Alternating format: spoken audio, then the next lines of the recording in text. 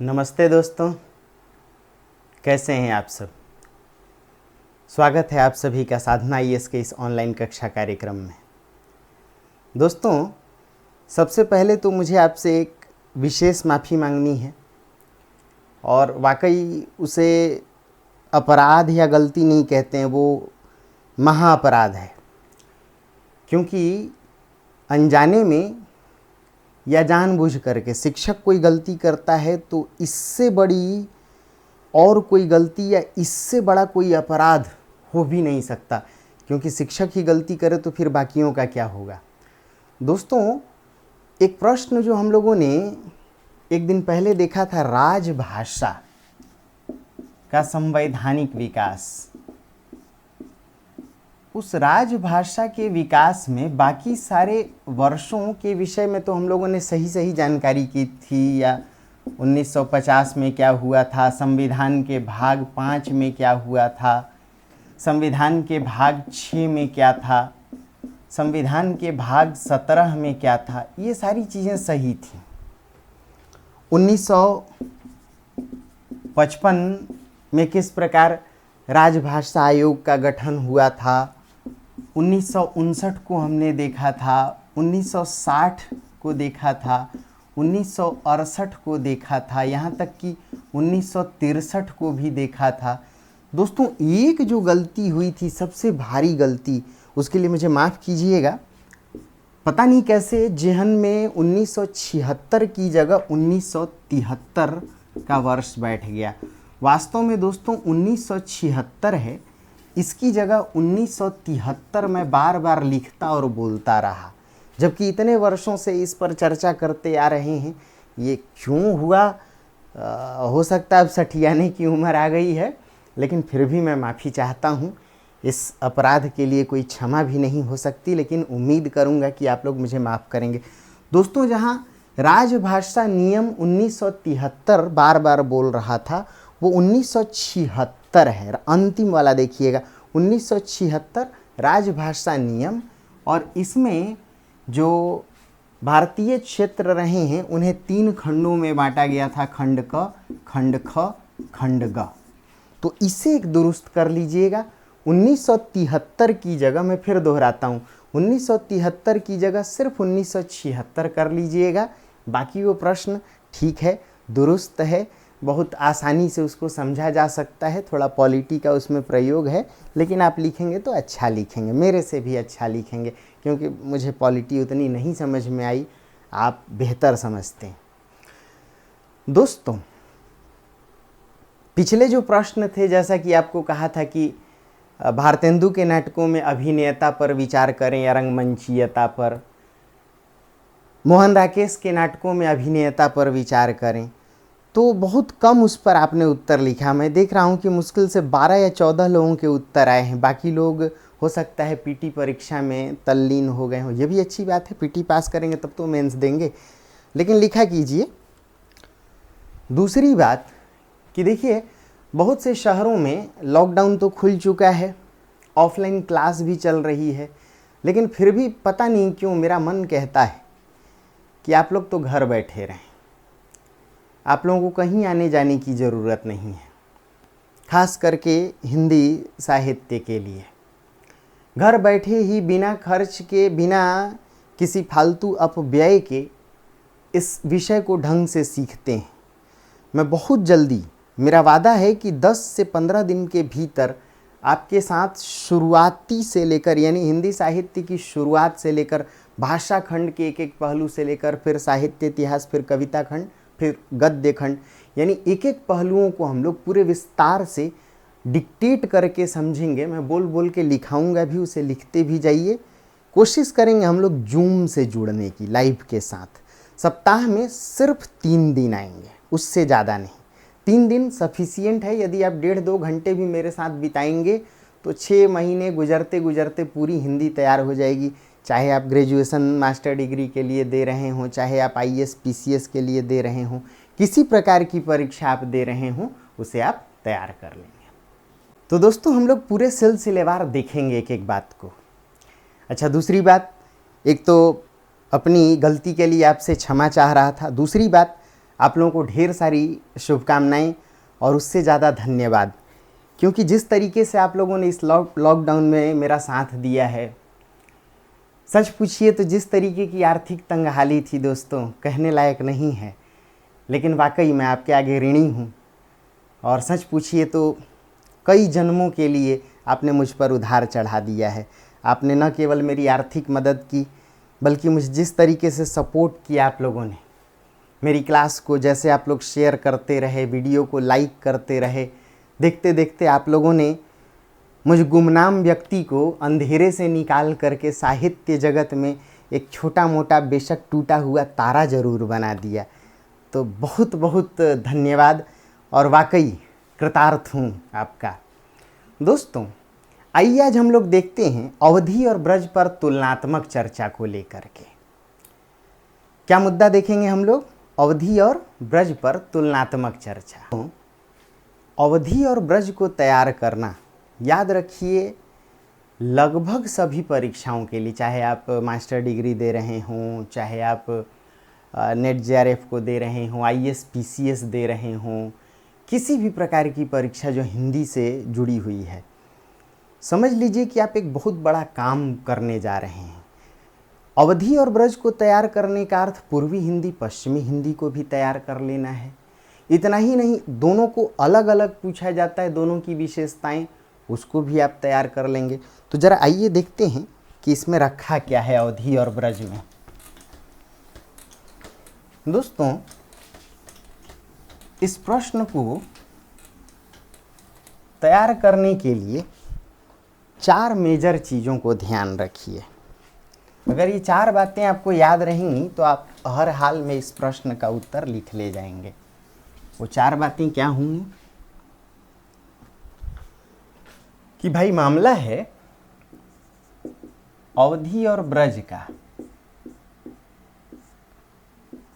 अवधि वर्सेस ब्रजभाषा। लेकिन सच पूछिए तो ये मामला पूर्वी हिंदी पश्चिमी हिंदी का भी है। क्यों? क्योंकि पूर्वी हिंदी की ही बोली है अवधि, और पश्चिमी हिंदी की ही बोली है ब्रजभाषा। तो इसका अर्थ है एक साधे सब सधे। दूसरी बात कि सिर्फ अगर अवधि की विशेषता पूछ ली जाए या ब्रजभाषा की, तो आप इस मुद्दे को भी तैयार कर लेंगे। कैसे? दोस्तों, अभी अभी आपको कहा कि भाई 4 मुद्दों को आप तैयार कीजिए इस पर। सबसे पहले इस प्रश्न को तैयार करने के लिए जो पहला हिस्सा है वो फैक्ट, उसको तैयार कीजिए कि कौन बोली किस उपभाषा से निकली है, किस बोली का जन्म किस अपभ्रंश से हुआ है। तो एक तो फैक्ट को तैयार कीजिए। दूसरी बात इसमें तैयार कीजिए कि भाई अंतर पूछा गया तो अंतर 3 स्तरों पे करेंगे। 3 स्तरों पे विशेषता भी लिखते हैं। ध्वनि के स्तर पर ध्वनिगत अंतर को करने की कोशिश कीजिए। फिर कोशिश कीजिए कि व्याकरणगत अंतर को बताएं। क्या अंतर बताएं? व्याकरणगत अंतर। और तीसरे नंबर पर दोस्तों शब्दगत अंतर को दर्शाएं कि भाई शब्द कैसे बने। यदि हो सके तो आप थोड़ा साहित्य का अंतर भी दर्शा सकें। जैसे कोई बुराई नहीं है इसे लिखने में कि अवधि राम काव्य धारा और सूफी काव्य धारा की आधार भाषा या आधार बोली रही है, साहित्यिक भाषा रही है, जबकि ब्रजभाषा कृष्ण काव्य धारा और रीतिकालीन साहित्य से जुड़ी हुई है। अगर आप ऐसा लिखते हैं तो आपके टेम्परामेंट को, आपकी जो अप्लाइड बुद्धि है, जो आप में व्यवहारिक कौशल बुद्धि है नीति शास्त्र में जिसका आप लोग प्रयोग करते हैं, आप उसका परिचय दे रहे हैं, है ना। अप्लाइड एथिक्स पढ़ते हैं ना, तो आप उसका परिचय दे रहे हैं कि आपको ये भी मालूम है कि भाई ये बोलियाँ किस साहित्य से जुड़ी हुई हैं। तो दोस्तों, जो सबसे पहले फैक्ट की बात कीजिए तो इसमें बहुत बताने की ज़रूरत नहीं है कि अवधि जो है वह पूर्वी हिंदी उपभाषा की बोली है। अब उपभाषा तो आप लोग समझ ही रहे हैं, 5 उपभाषाएं हैं, मुख्य रूप में बिहारी हिंदी, पूर्वी हिंदी, पश्चिमी हिंदी, राजस्थानी हिंदी, पहाड़ी हिंदी। तो अवधी का संबंध पूर्वी हिंदी उपभाषा से रहा है, जबकि ब्रजभाषा का संबंध दोस्तों पश्चिमी हिंदी उपभाषा से रहा है, यानी उसी की बोली है। इसका मतलब हुआ कि जिससे पूर्वी हिंदी का जन्म हुआ उसी से अवधी का जन्म हुआ। तो पूर्वी हिंदी या अवधी का जन्म अर्धमागधी अपभ्रंश से हुआ। किससे हुआ? अर्धमागधी अपभ्रंश से हुआ। जबकि ब्रजभाषा जो पश्चिमी हिंदी उपभाषा की बोली रही है, इसका जन्म दोस्तों शौरसेनी अपभ्रंश से हुआ। किससे हुआ? शौरसेनी अपभ्रंश से हुआ। समझिए, तो 3 फैक्ट आपने यहां बताए। क्या क्या? अवधी पूर्वी हिंदी उपभाषा की बोली रही है, जबकि ब्रजभाषा पश्चिमी हिंदी उपभाषा की बोली रही है।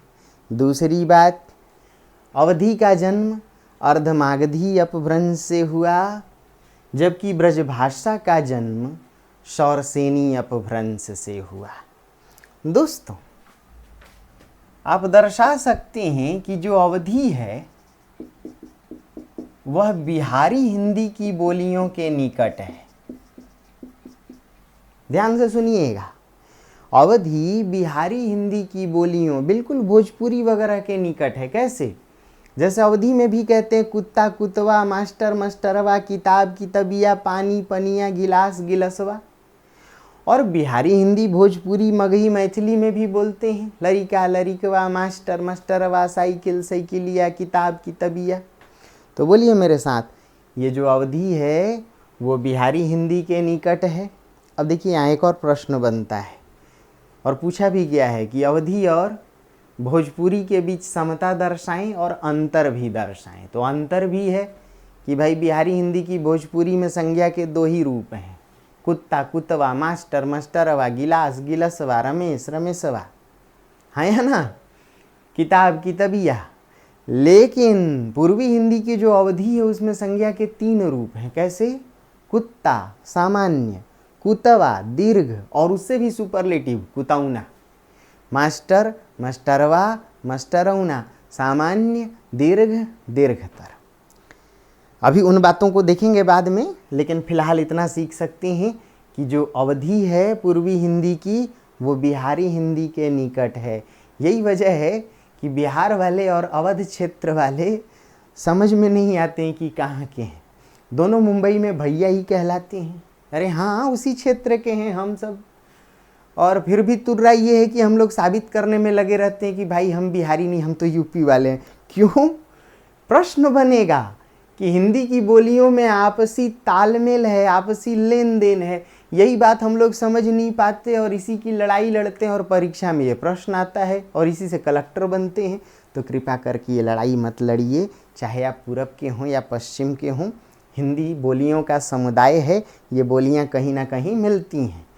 तो पकड़े रहिएगा, छोड़िएगा नहीं, फेविकॉल का जोड़ बना रहे भाई साहब। जो अवधी है वो बिहारी हिंदी के निकट है और जो ब्रजभाषा है पश्चिमी हिंदी की बोली वो राजस्थानी हिंदी के निकट है। हमारे जो भाई बहन राजस्थान से हैं, जरा सोचिएगा कि माता मीराबाई ने किस वजह से ब्रजभाषा को ही अपनाया, जबकि वो तो मेवाड़ क्षेत्र से थीं, या यूं कहीं कि मारवाड़ी भी उनकी बोली थी। आप देखेंगे कि मारवाड़ी में राजस्थानी की बोली और ब्रजभाषा में एक अद्भुत समता है। दोनों ओकार बहुल हैं। जैसे ब्रजभाषा में भी कहते हैं तुम्हारो पतो ठिकानो, या आयो घोष बड़ो व्यापारी, बड़ा नहीं बड़ो, आया नहीं आयो।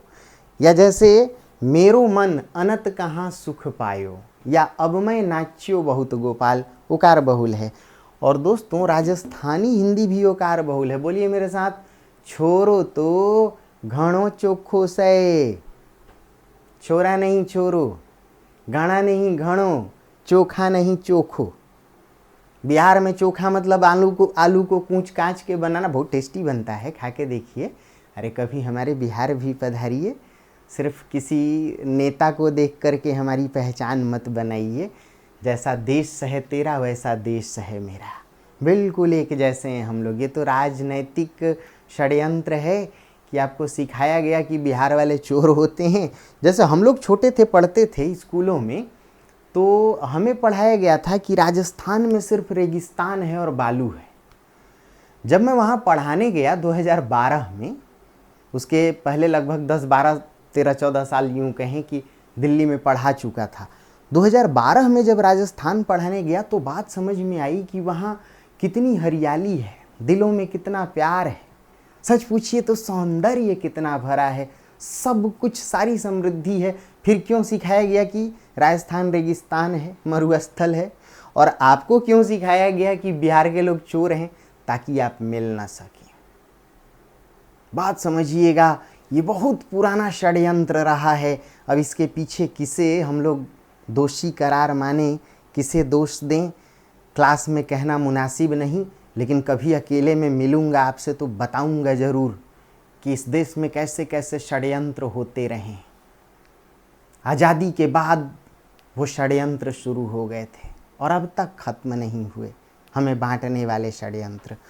तो देखिए, एक कहानी से आपको समझाया कि जैसा देश है तेरा वैसा देश है मेरा। हिंदी की बोलियां मिलती हैं, उनमें आपस में अंतर संबंध होता है। यही वजह है कि देखिए, ब्रजभाषा और राजस्थानी हिंदी में मेलजोल है, पूर्वी हिंदी की अवधी और बिहारी हिंदी की भोजपुरी में मेलजोल है। तो ये तीसरा अंतर भी दर्शा सकते हैं। क्या क्या? पहला अंतर तो ये बताए कि जो अवधी है वह पूर्वी हिंदी की बोली है, इधर ब्रजभाषा पश्चिमी हिंदी की बोली है। दूसरा अंतर, अवधी का जन्म अर्धमागधी अपभ्रंश से हुआ। तीसरा, या इसमें आए, ब्रजभाषा का जन्म शौरसेनी अपभ्रंश से हुआ। फिर यहाँ लिखिए कि अवधी बिहारी हिंदी के निकट है, जबकि ब्रजभाषा राजस्थानी हिंदी के निकट है। दोनों का उदाहरण भी आपने देखा। दोस्तों, और कुछ दर्शाएं तो अवधी राम काव्य धारा और कृष्ण काव्य धारा की साहित्यिक भाषा रही है। आप बोली तब ना कह करके यहाँ साहित्यिक भाषा कहें, क्योंकि बोली होकर भी अवधी ने उस समय अखिल भारतीय भाषा का दर्जा प्राप्त किया था। तो अवधी राम काव्य धारा, माफ़ी चाहता हूँ, देखिए ऐसी ही गलतियाँ छूट जाती हैं। राम काव्य धारा और सूफी काव्य धारा की साहित्यिक भाषा रही है, यानी जायसी ने भी अवधी का प्रयोग किया और तुलसी ने भी किया। तुलसी की अवधी कैसी रही है? तत्समनिष्ठ रही है, जबकि जायसी की अवधी कैसी रही है? देशजनिष्ठ रही है। उन्होंने देशज ग्रामीण शब्दों का प्रयोग किया अवधी में। दोस्तों, जब ब्रजभाषा पर लिखिए तो लिखिए कि ब्रजभाषा कृष्ण काव्य धारा और सूफी धारा रीति काव्य धारा की साहित्यिक भाषा रही है। इसको जरा फिर से सुनिए, कन्फ्यूजन ना हो कि जो अवधी है वह राम काव्य धारा और सूफी काव्य धारा की साहित्यिक बोली या भाषा रही है, जबकि ब्रजभाषा कृष्ण काव्य धारा और रीतिकाल, कृष्ण धारा की भी एकमात्र भाषा ब्रजभाषा थी और रीतिकाल की भी एकमात्र भाषा ब्रजभाषा थी। जैसे कि सूफियों की एकमात्र बोली अवधी थी, जैसे कि राम काव्य धारा की एकमात्र बोली या साहित्यिक भाषा अवधी थी। ये बोलियां ही थीं, लेकिन साहित्य से जुड़ करके इन्होंने उस समय भाषा का दर्जा प्राप्त किया था। बोलिए, कोई भी बोली जब साहित्य से जुड़ जाती है तो उसका प्रसार होता है, वह बृहत क्षेत्र में प्रसारित होती है और तब बोली न रहकर भाषा हो जाती है। इसलिए प्रश्न आता है क्या कि मध्यकालीन भाषा के रूप में अवधी के विकास पर चर्चा करें। मध्यकालीन बोली नहीं पूछा जाता है, ध्यान से सुनिएगा, एकदम कान खोल के सुनिए। मध्यकालीन साहित्यिक भाषा के रूप में अवधी और ब्रजभाषा के विकास की चर्चा करें। बोली नहीं पूछा जाता है, भाषा। फिर से ये हैं बोलियाँ, लेकिन किसके रूप में प्रश्न आता है? भाषा के रूप में। क्यों? साहित्य से जुड़कर ये आधार भाषाएं बन गईं। क्या बन गईं? आधार भाषाएं। दोस्तों, अब जैसे गाड़ी आपकी आगे बढ़े तो थोड़ा फैक्ट और ले आए कि जो अवधी है वह उकार और अकार बहुल बोली है। या अगर आपको ये ना समझ में आए तो उकारांत और अकारांत बोली है। शब्दों के अंत में उ और अ स्वर आना। कैसे? देखिए, हनुमान चालीसा तो पढ़ते ही होंगे। सुनूं, सुनहूं, अरे हाँ या ना? राम दुआरे तुम रखवारे, होत न आज्ञा बीनू, बिना नहीं बीनू, बीनू पैसारे। हमहूं, सुनु कपि, और रामचरितमानस में तो आप सारे रूप ही ऐसा देखेंगे, है या ना? जैसे करऊं प्रणाम, करता हूं नहीं, करऊं प्रणाम जोरी जुग पानी। कैसे? बंदऊं गुरुपद पदुम परागा, वंदना करता हूं नहीं, बंदऊं। तो अवधी के शब्दों के अंत में देखिए ऊ है। हम हूं, बीनू दिख रहा है, थोड़ा बड़ा लिखूं। सुनहु नाथ, हरहु नाथ, अरे हाँ या ना? तो शब्दों के अंत में ऊ स्वर है, इसीलिए अवधी उकारांत है। ऊ से अंत है, उकार से अंत है, या फिर अ से। कैसे? अवधी में खाब, बोलिए, जाब, पढ़ब, होब, चलत। भजन वजन गाते हैं। ठुमक चलत रामचंद्र, बाजत पैंजनिया। देखिए, ठुमक चलत रामचंद्र, बाजत। तो शब्दों के अंत में दोस्तों अस्वर भी है। अरे हाँ या ना? तो अवधी इसीलिए अकार से भी अंत है और उकार से भी अंत है। लेकिन जैसे ब्रजभाषा पर बात करेंगे तो ब्रजभाषा ओकारांत भी है और औकारांत भी है। यानी शब्दों के अंत में ओ स्वर भी है, औ स्वर भी है। कैसे? जैसे आयो, बोलिए, जैसे गयो, जैसे खायो, जैसे पढ़यो, जैसे चलयो, जैसे नाच्यो, जैसे बड़ो, जैसे छोटो। लेकिन ये औकार बहुल है। कैसे? हों न चरें हों गाय, मैया हों तो चंद खिलौना लय हों, जय हों मधुबन, जय हों मोरी बलैया। देखिए, जय हों, लय हों, खय हों।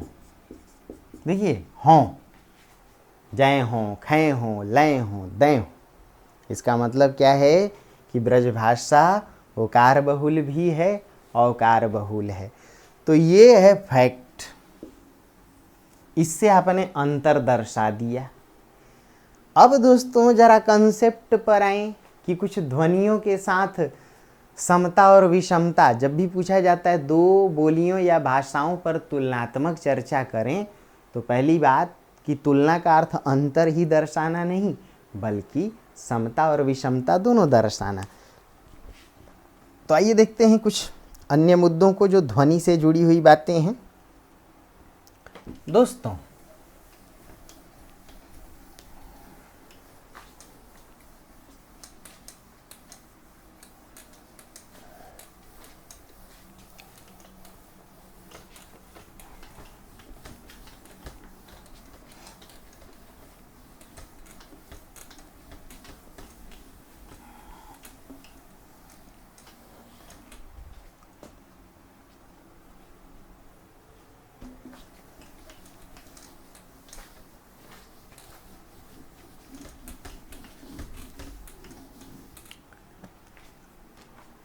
अब मान लीजिए कि आप बात कर रहे हैं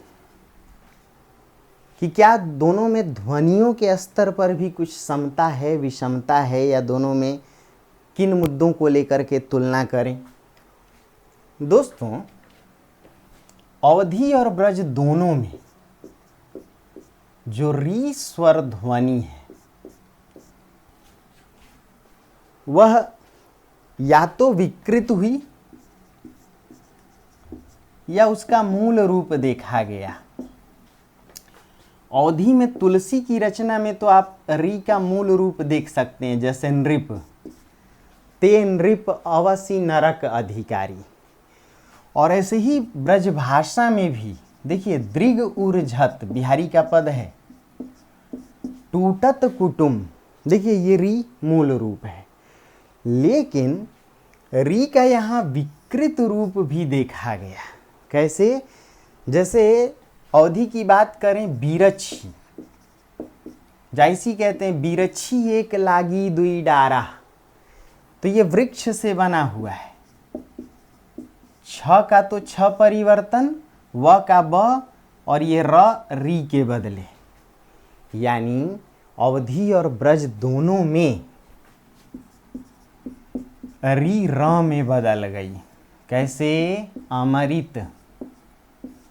देखिए, इसीलिए दोस्तों जो ब्रिज शब्द है या ब्रज शब्द है वो बीरज हो गया। अब तो होली का मौसम आ रहा है, बीरज में होरी खेलत नंदलाल। कहाँ? बीरज में, ब्रज नहीं, बीरज में होरी खेलत नंदलाल। तो दोनों में री स्वर ध्वनियाँ या तो मूल रूप में देखी गई या बदल गई र की तरह। करेक्ट है? क्यों?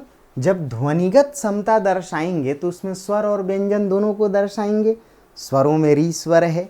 दोस्तों, अवधी की बात करते हैं। अवधी में ऐ स्वर ऐ जैसे संध्याक्षर में बदल गया। किस में बदल गया? ऐ में। और औ स्वर औ में बदल गया।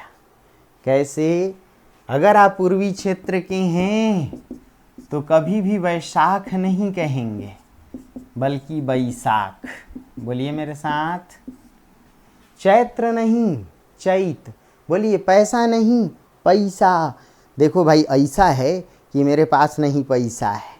कोई कहता है ऐसा है तो आप कहते कैसा है। ऐसे ही औ में बदल गया। चौकट नहीं, चौकट। इसीलिए पूरब वाले चौका नहीं बोलते, मारा चौका। क्या मारा? चौका। इसीलिए चौकी भी चौकी है। क्या है? चौकी पे बैठे हैं। कहाँ बैठे हैं? चौकी पे। दोस्तों, लेकिन ब्रजभाषा में ऐ और औ दोनों मूल रूप में देखे गए, वहाँ नहीं बदले। कैसे? देखिए, दय हों। यहाँ देखिए, दय में ऐ भी है, हों में औ भी है। खय हों, जय हों, चरय हों। हाँ या ना? यानी अवधी में ऐ और औ स्वर बदल गए, जबकि ब्रजभाषा में नहीं बदले। कुछ जो कंसेप्ट की चीज़ें हैं आप दर्शाइए कि दोनों में समान देखी गई। क्या क्या? जैसे स्वरागम, जैसे स्वरलोप, जैसे क्षतिपूर्ति दीर्घीकरण,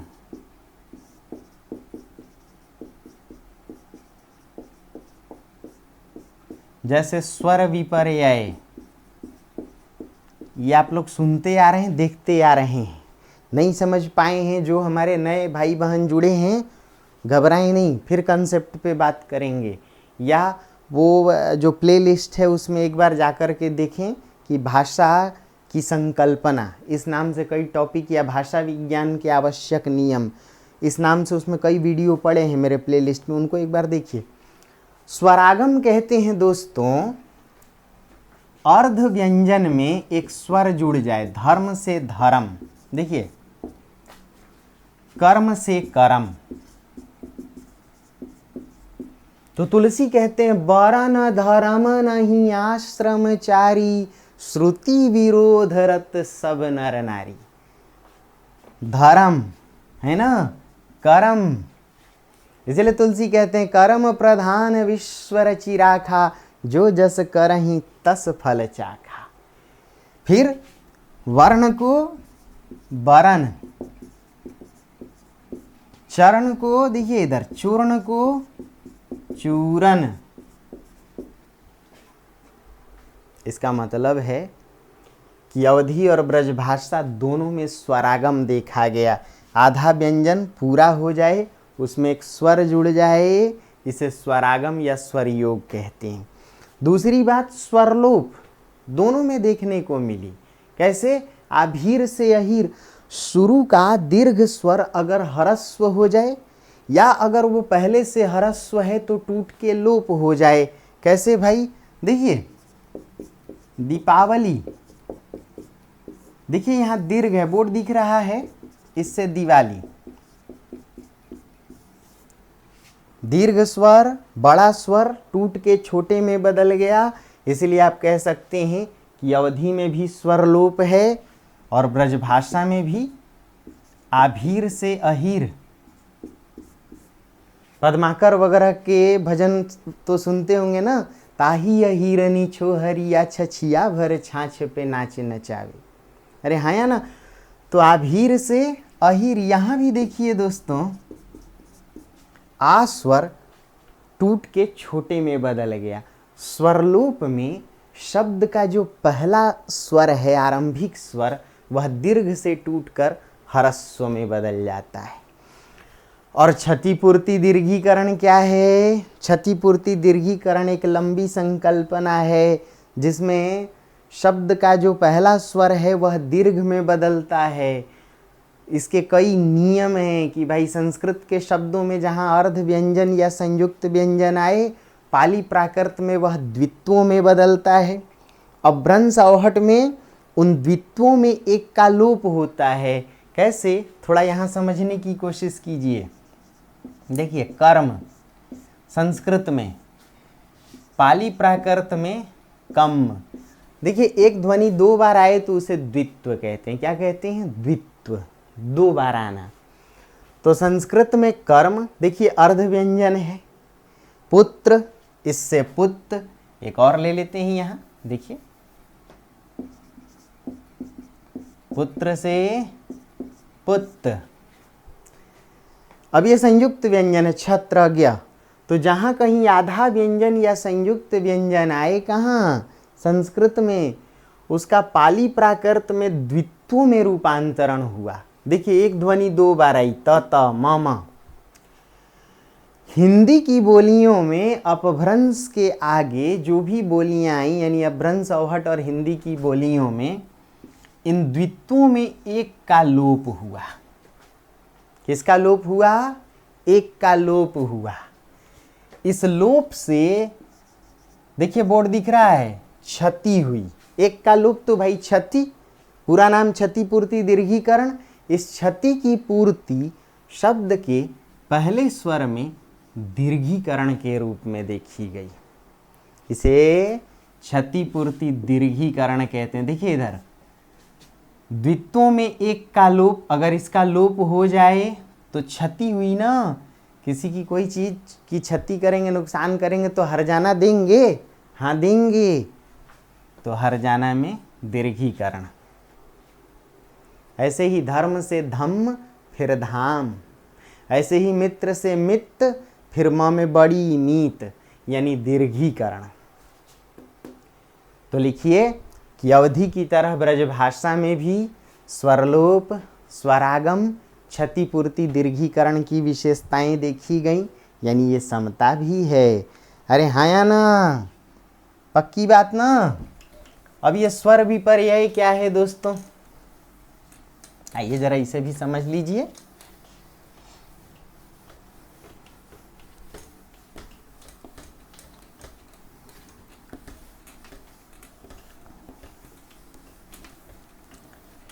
विपर्यय कहते हैं बिखराव को, और वास्तव में ये स्वर विपर्यय कहिए या इसे ध्वनि विपर्यय कहिए, जब दो ध्वनियां आपस में बिखर जाएं। कैसे? देखिए कुछ, बोर्ड दिखाई पड़ रहा है साफ साफ, कुछ से कछु। क में उ स्वर है, ये बिखर करके छ में चला गया। इसे ही स्वर विपर्यय कहते हैं।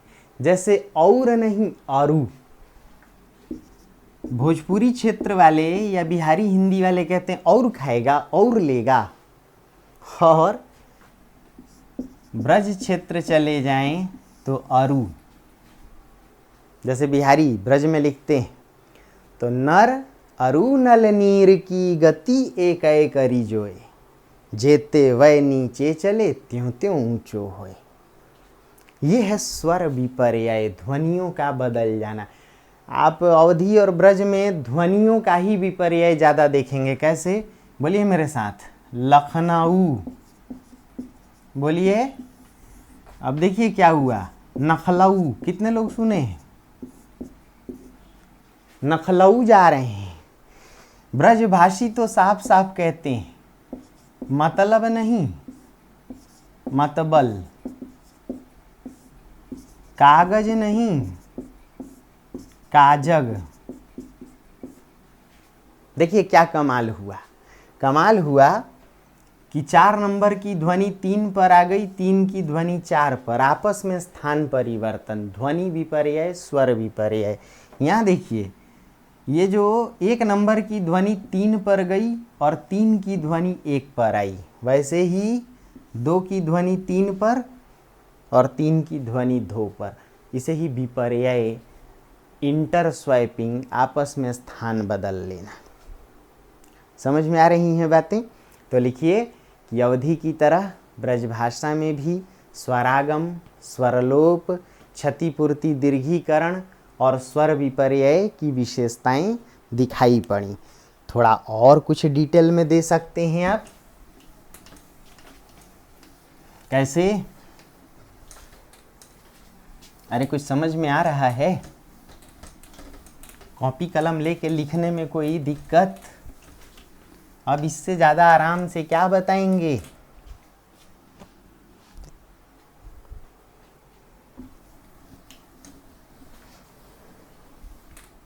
दोस्तों फिर दर्शाइए कि अवधि में भी ड़ ध्वनि र में बदल गई और ब्रजभाषा में भी ड़ ध्वनि र में बदल गई। कैसे? बिहारी कहते हैं दृग उर्झत टूटत कुटुम, जुरत चतुर चित प्रीति, परत गांठ। तो पड़त से परत और जुड़त से जुरत। अरे हाँ या ना? ऐसी ही अवधि में आए तो लोग कहते हैं सड़ गया नहीं, सर गया।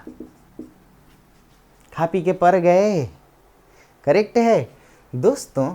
दोनों बोलियों में ण ध्वनि न में बदल गई। दोनों बोलियों में छ ध्वनि छ में बदल गई। दोनों बोलियों में ल ध्वनि र में बदल गई। उदाहरण दीजिए। दोनों में देखिए, कारण नहीं, कारण अभी देखा था। वर्ण नहीं, वरण। वैसे यहां भी चरण नहीं, चरण। करेक्ट है। छ दोनों में छ में देखिए, पक्षी से पंछी। अरे भाई साहब, आप आगरा वाले ब्रजभाषी हैं? नहीं? अरे हाँ, आगरा से, मथुरा से हमारे जो भी दोस्त हैं, भाई बहन हैं, सब ब्रजभाषी हैं। आपके यहाँ पंछी पेठा है क्या? ये लो, उसका तो मैं खामखा ब्रांडिंग कर रहा हूँ। उसको बोलना पड़ेगा 2-4 किलो गुरुजी को भेजो। तो पक्षी से पंछी, आगरा। हाँ, किसी मिठाई का ब्रांड है, पेठा। वैसे ही ल ध्वनि र में देखिए, काला से कारा या कारो, श्यामल से सांवरो, ल से र, हल से हर। और यहाँ देखिए अवधि में हल से हर, फल से फर। उद्धव को जब गोपियां हरा देती हैं, उनके ज्ञान के गुरुडम को भुलवा देती हैं, उन्हें चारों खाने चटकनी देती हैं, ज्ञान की गुरुता भूल जाते हैं उद्धव। तो कृष्ण के पास जाकर के कहते हैं, अब अति पंगु भयो मन मेरो, गयो कहाँ निर्गुण कहिबे को, भयो सगुन को चेरो, चेला नहीं चेरो लसेरा, कि मैं तो खुद ही प्रेम का सगुन का चेला बन के लौट आया। दोस्तों, इतना दर्शाने के बाद अब थोड़ा अंतर भी दर्शा लें। एक तो दोनों में समताएं ही दिख रही हैं, अब कुछ अंतर भी दर्शाइए। क्या अंतर दर्शाएंगे, आइए देखते हैं।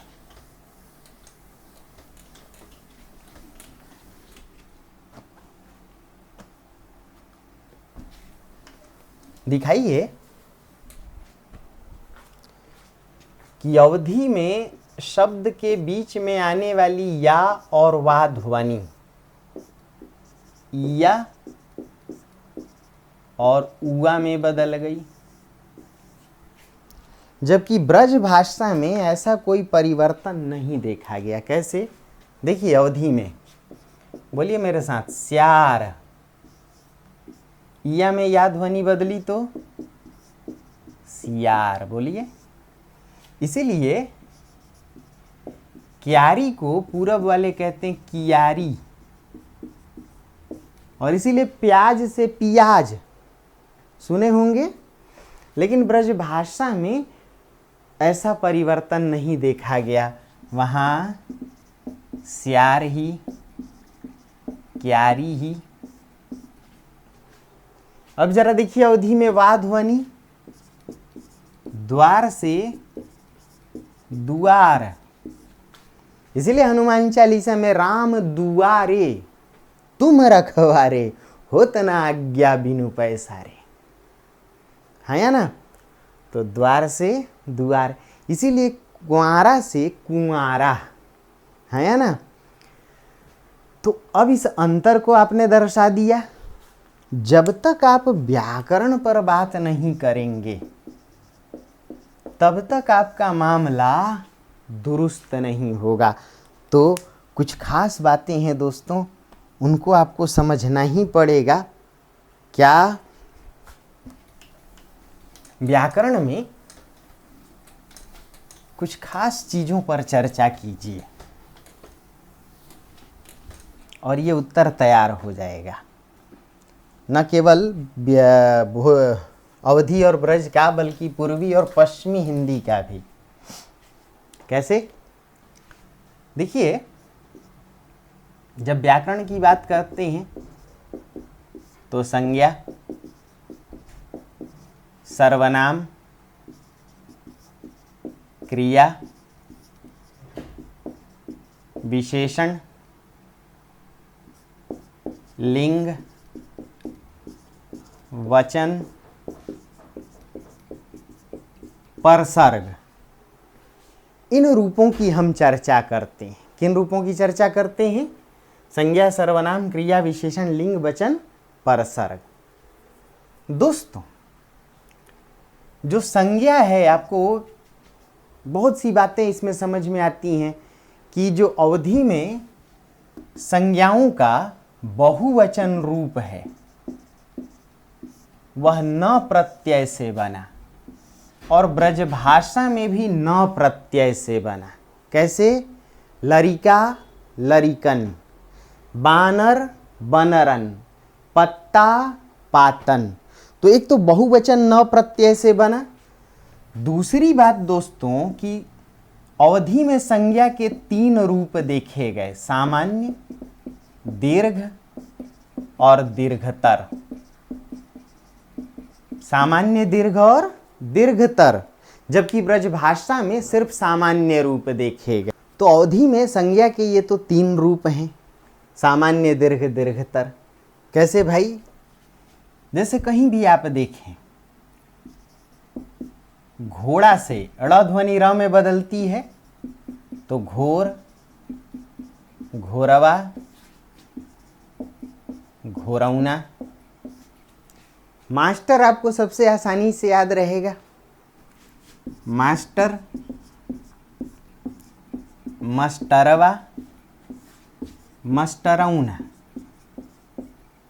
कहते हैं कि जब हेयता या निकटता दोनों बढ़े तो दीर्घ और दीर्घतर संज्ञाएं आने लगती। निकटता यानी जैसे मान लीजिए कोई दोस्त है तो आप उसको सुरेश ना बुला के सुरेशवा बुलाते हैं, है ना, महेश ना बुला के महेशवा।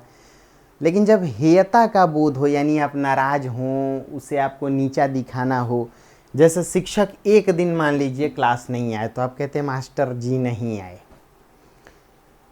दूसरे दिन भी नहीं आए तो आप कहेंगे मास्टरवा आज भी नहीं आया। मान लीजिए महीने भर गायब हो जाए तो आप कहेंगे मास्टरौना कभी आता ही नहीं है या ना। जैसे मान लीजिए छोटी बहन घर में पोछा लगा रही है, झाड़ू कर रही है और आप चप्पलें पहन करके चल रहे हैं तो हो सकता है धीरे से आपको बोले कुत्ता कहीं का। बहनें बोलती हैं, अच्छा उन पे शोभा भी देता है, इतना तो बनता है। अब आपने धीरे से चोटी खींच करके उसे एक चपत लगा दी धीरे से, तो इस पर वो तुरंत कहेगी, पहले कहा कुत्ता फिर कहा कुतवा। अब जैसे मान लीजिए आप एक और चपत लगाते हैं तो कह सकती गुस्से में कुतौना। यानी ये हेयता, हीन दिखाने के भाव से, क्रोध दर्शाने के भाव से, किसी को नीचा दर्शाने के भाव से आता है।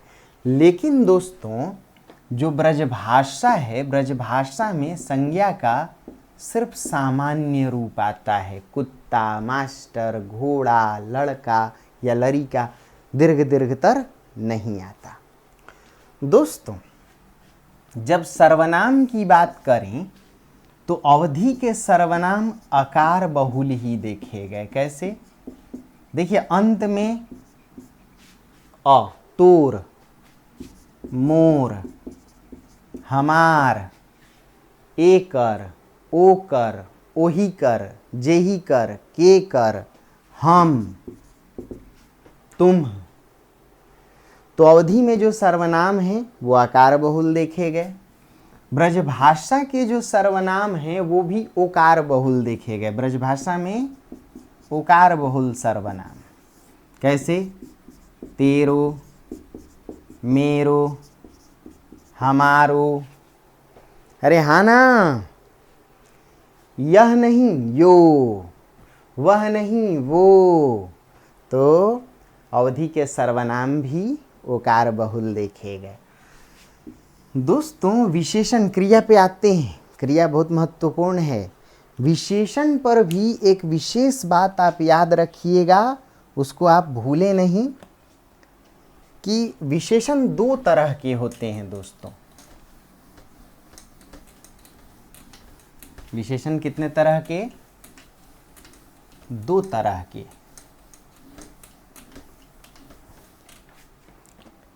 एक तो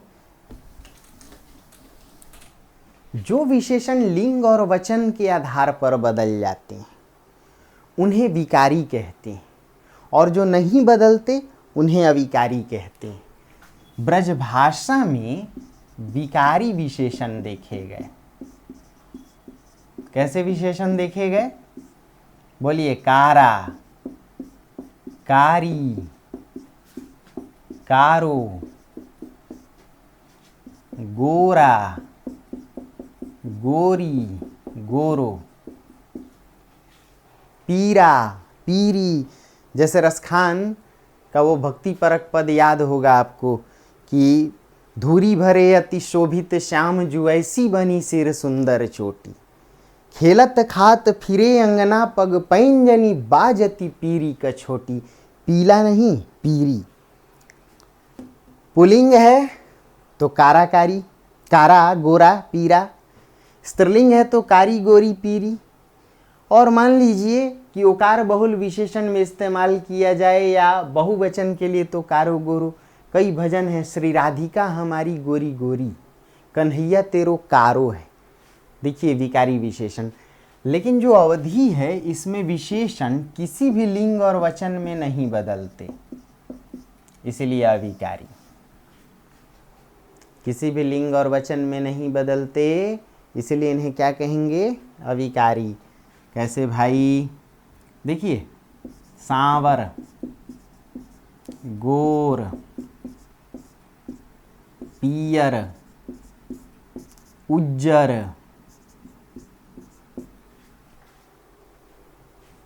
गोर, ये क्या है? पतला नहीं पातर, दुबला नहीं दूबर। अब चाहे लड़का हो चाहे लड़की हो, कोई लिंग वचन हो, आप इन्हीं रूपों का प्रयोग करते हैं। लड़की सांवर, लड़किया सांवर, लड़कवा सांवर, लड़का भी पातर लड़की भी पातर। बहुत से बच्चे, सब बच्चे पातर हैं, यानी अवधि में विशेषण के रूप पूरी तरह अविकारी देखे गए। दोस्तों, जो क्रिया है, इसमें क्रिया में आप क्या करते हैं? क्रिया में आप वर्तमान काल, भूतकाल और भविष्यत काल, इन तीनों कालों की क्रियाओं को दर्शाते हैं, है या ना?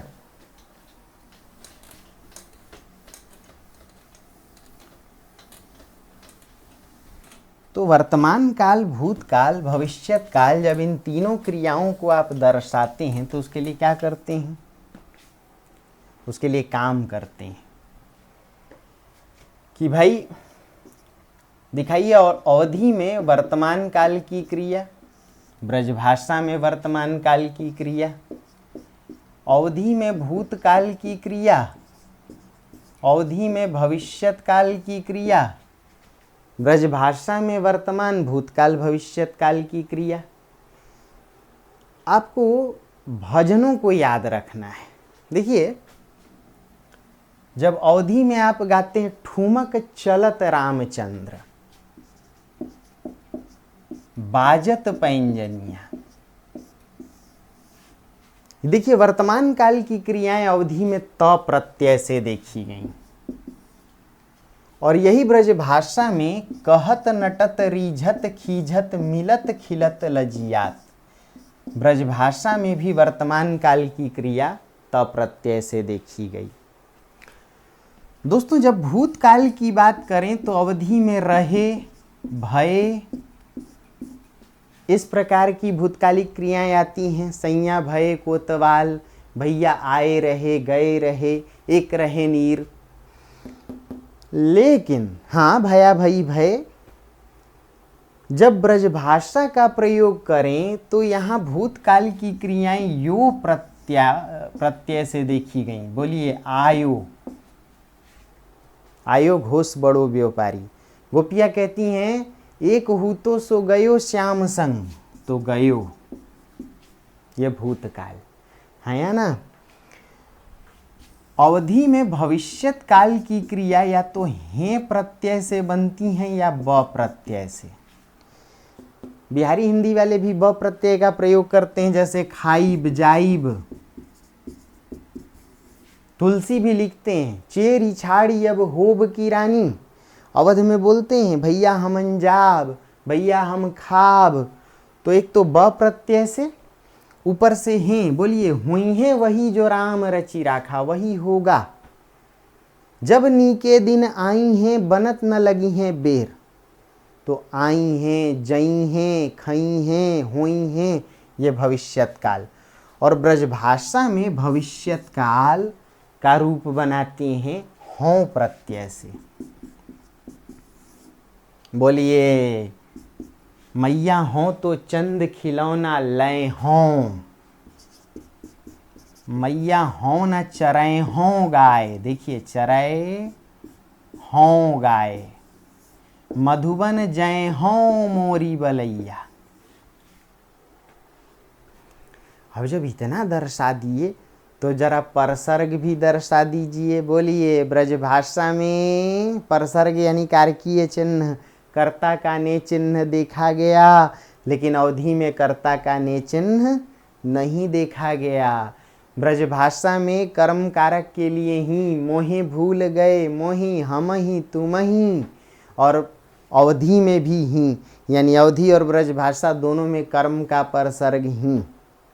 अवधि और ब्रज दोनों में कर्ण का परसर्ग सो की तरह देखा गया। गोपियां कहती हैं कि हमसो वासों कौन सगाई। और यहाँ आप अवधि में भी देखें सो का रूप है, यानी से। राम सो बड़ो कौन, मोसो कौन छोटो। तुलसी चाहे अवधि का प्रयोग करते हैं चाहे ब्रज का, दोनों में आप देखेंगे कि कर्ण कारक का सो है। ऐसे ही जो संबंध कारक का परसर्ग है अवधि में कर की तरह है। बोलिए के कर, ओ कर, जे कर। इसीलिए देखिए तुलसी पद लिखते हैं, जेहि कर जेहि पर सत्य सने हूँ, ते ही मिलत न कछु संदेहूँ।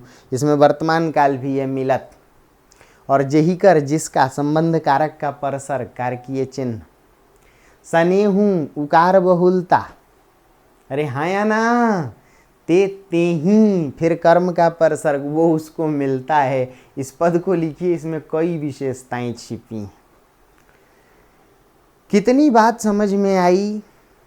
और अगर आई तो कलम लेके एक बार लिख लीजिए, इसमें एक प्रश्न पक्की बात छपा होता है, हाँ या ना। तो दोस्तों जरा लिखिए, 13 तारीख के लिए एक प्रश्न, एक ही प्रश्न दे रहे हैं। पता नहीं पीटी की वजह से आप परेशान, याद रखिए आप थक जाएंगे, मैं नहीं थकूंगा।